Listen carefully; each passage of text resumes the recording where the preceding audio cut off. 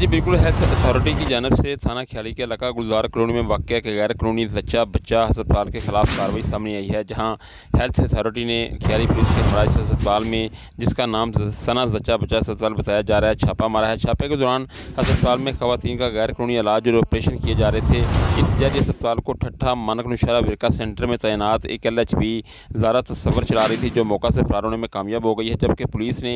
जैली lady doctor Zaara तस्वर के खामद को मौका से गिरफ्तार करके अस्पताल को सील और मुकदमा दर्ज कर लिया है। हेल्थ अथॉरिटी के मुताबिक सील किए गए इस अस्पताल में मुतअद्दिद खवातीन को तिब्बी नुकसान भी पहुँचाया जा चुका है, जबकि एक माह कबल प्राइवेट अस्पताल की जैली लेडी डॉक्टर के क्लिनिक में खतून ज़च्चगी के दौरान हलाक भी हो चुकी है, जिसको मुर्दा हालत में DHQ अस्पताल में मुंतकिल किया गया था, जिसकी बाददा तहकीकात होने पर MS DHQ टीचिंग अस्पताल की मदय्यत में थाना सिविल लाइन में मुकदमा भी दर्ज करवाया गया था। जी।